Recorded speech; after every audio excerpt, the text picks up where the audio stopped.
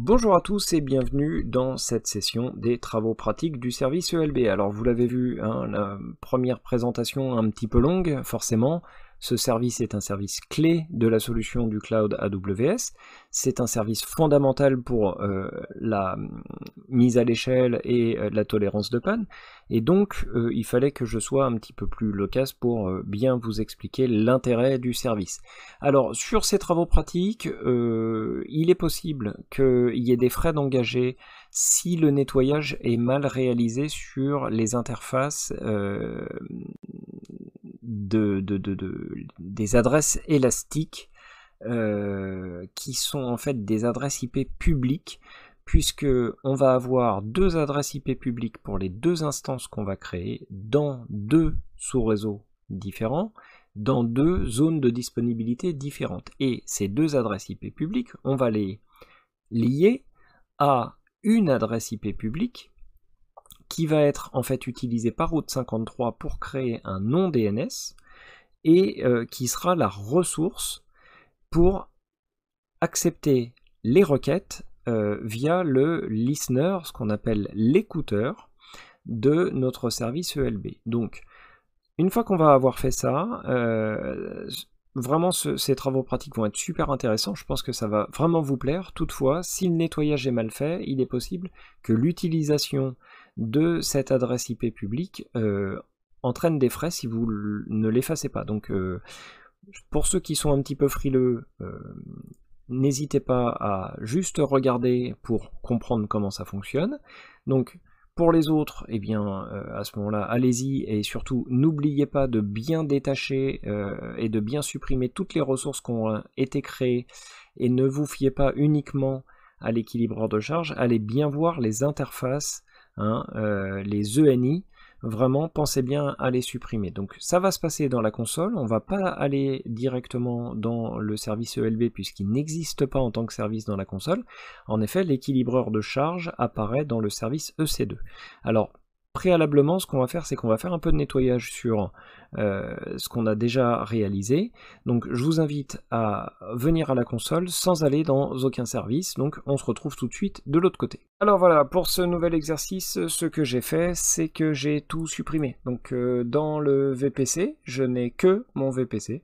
Et dans mes sous-réseaux, je n'ai plus de sous-réseau. Et dans le service EC2, concernant les instances, eh bien, je n'ai plus d'instances. Donc on va repartir de zéro, on va repartir de la base pour avoir une idée de la création de l'ELB, et surtout bien se rafraîchir la mémoire sur les rudiments de comment on fait pour créer une architecture, des sous-réseaux, des instances, automatiser le déploiement et mettre un ELB au milieu. Alors en premier lieu, l'objectif c'est de recréer les sous-réseaux. Alors, créer un sous-réseau. Alors là on va choisir le sous-réseau, donc sous-réseau zone de disponibilité A. On va l'associer à notre VPC Udemy. La zone de disponibilité, on va choisir la A. Et on va mettre un 10.0.1.0 en /24. Et on va dire ne pas attribuer d'IPv6. On va faire suivant et fermer. On va créer un second sous-réseau qu'on va appeler sous-réseau-zone de disponibilité B. On va l'associer au VPC. On va lui dire que c'est la zone de disponibilité B. On va faire un 10.0.2.0 en /24. On va faire créer, et voilà, nous avons nos deux sous-réseaux. Alors, ces sous-réseaux, on va devoir réaliser la vérification comme quoi l'activation de l'attribution automatique d'une adresse IPv4 est bien cochée. Identique sur le second. Alors pour en faire un sous-réseau public, on va dans la table de routage, on va associer notre route publique au sous-réseau. Également pour le second, table de routage, on est resté dedans, hop, route publique, voilà, vérifier les ACL réseau qui sont conformes et surtout s'assurer de l'association de la table de routage, mais ça c'est bon, puisque si on vérifie, on est bien sur la route publique, et si on vérifie, on est bien sur la route publique aussi, donc en fait aucun souci de ce côté là. Les groupes de sécurité, on a bien le DMZ, le groupe de sécurité DMZ qui permettra de faire à la fois du SSH et du HTTP. Donc maintenant on va pouvoir passer dans le service EC2. On va pouvoir créer une instance, donc toujours comme d'habitude, aucun sous-réseau n'a été trouvé puisque on n'est forcément pas sur le bon VPC. Donc maintenant qu'on a le bon VPC, on va pouvoir choisir le sous-réseau A pour lancer la première, utiliser le paramètre de sous-réseau activé, il était déjà activé par défaut, le groupe, le rôle IAM, le compartiment, l'interface réseau, détails avancés, les données utilisateurs, on va pouvoir copier notre bootstrap qui va nous permettre de préciser sur la page HTML que l'on est bien dans la région Paris sur le serveur web 01 de la zone de disponibilité A. Suivant, on va ajouter le stockage par défaut, ajouter la balise name serveur 01-web. Suivant, on va sélectionner notre groupe de sécurité DMZ et vérifier le tout et lancer avec je reconnais que j'ai bien accès à la clé. Et voilà, afficher les instances. Alors du coup on va tout de suite lancer une seconde instance, faire exactement la même chose, le VPC, sauf que là on va aller dans le sous-réseau numéro 2, on va utiliser activer pour fournir l'adresse IP, et dans les détails avancés, on va changer 02, zone de disponibilité B, on va faire suivant pour le stockage, on va ajouter la balise de serveur 02-web, et suivant, sélectionner le groupe de sécurité DMZ, vérifier, lancer et lancer. Je reconnais que je dispose bien de la clé et afficher les instances. Donc la première est déjà en état running. On a une adresse publique en IPv4, on en a même une deuxième. On va pouvoir voir ces informations ici, donc les IP privés. Et donc là, on est théoriquement bon. Voilà, donc maintenant, mes deux serveurs sont lancés. J'ouvre une fenêtre sur le premier, rafraîchir, on est bien, on est sur le serveur web 01, et sur le second, on est sur le serveur web 02. Alors, on va passer maintenant à l'étape plus intéressante de l'ELB. Alors pour trouver l'équilibreur de charge, on va aller dans la colonne de gauche et descendre un tout petit peu pour tomber sur équilibreur de charge. Et là, on va pouvoir cliquer sur créer un équilibreur de charge. Donc vous pouvez constater la présence de l'équilibreur de charge d'application, l'équilibreur de charge réseau. Donc nous, on va simplement se contenter de l'équilibreur de charge classique, qui est un peu le couteau suisse de l'équilibreur de charge. On va cliquer sur créer. On va lui donner un nom, donc on peut mettre que des minuscules, des majuscules, de 0 à 9 et des tirets. Donc on va lui dire équilibreur de charge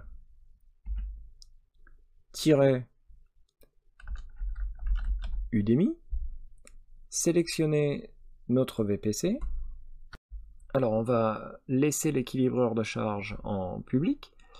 On va laisser le protocole 80 par défaut qui est parfait pour l'écouteur, donc ce qu'on appelle en anglais le listener. qui sera l'endroit où l'ELB va écouter pour recevoir les requêtes.